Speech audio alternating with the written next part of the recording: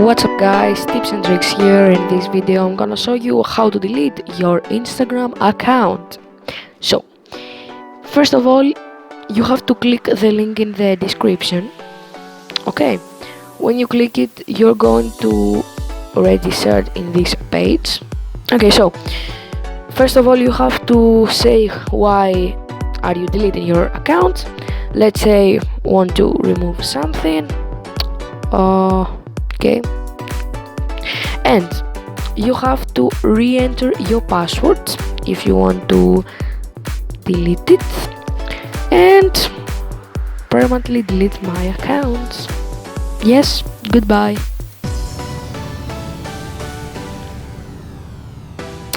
And guys, that's it, my account has been removed. Boom.